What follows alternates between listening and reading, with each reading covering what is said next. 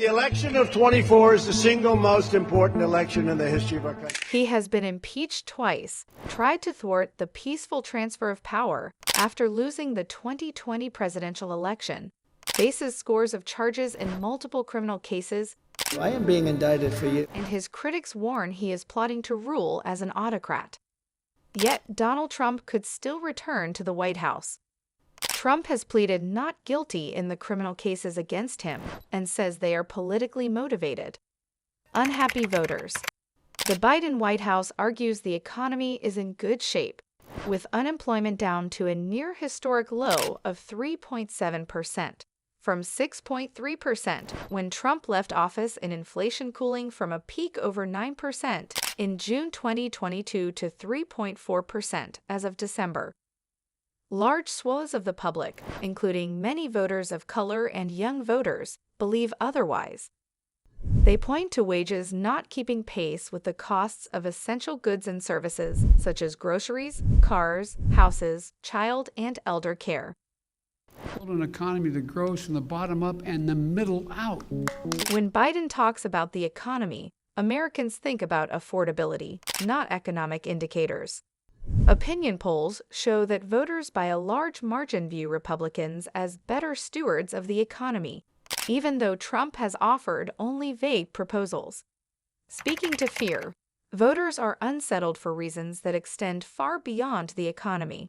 Trump speaks to the worries, real or not, that many white Americans have in a country that is becoming increasingly diverse and more culturally progressive.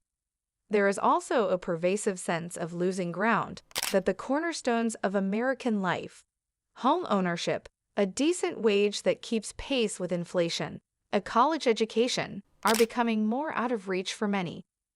Polls show voters are worried about crime and nervous about the flow of migrants crossing the U.S.-Mexico border illegally. Trump is adept at channeling and packaging those fears, while still presenting himself as someone who comes from outside the U.S. political system. He is both arsonist and firefighter, who declares the country is in chaos and then offers himself as a savior. Trump's actions not disqualifying for many voters. While critics within his own party, the Democratic Party, and the media view him as unfit for office, millions of voters disagree. Instead, many of his supporters have become convinced that Trump is a victim of a political witch hunt.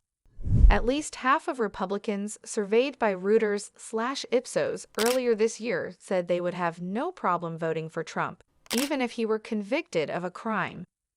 Trump can also point to his 4 years in office and argue that the machinery of government largely functioned, if at times chaotically, despite fears he could not govern, and that the worst allegations about him, such as his colluding with Russia, were never proven. Biden gets all the blame, no credit.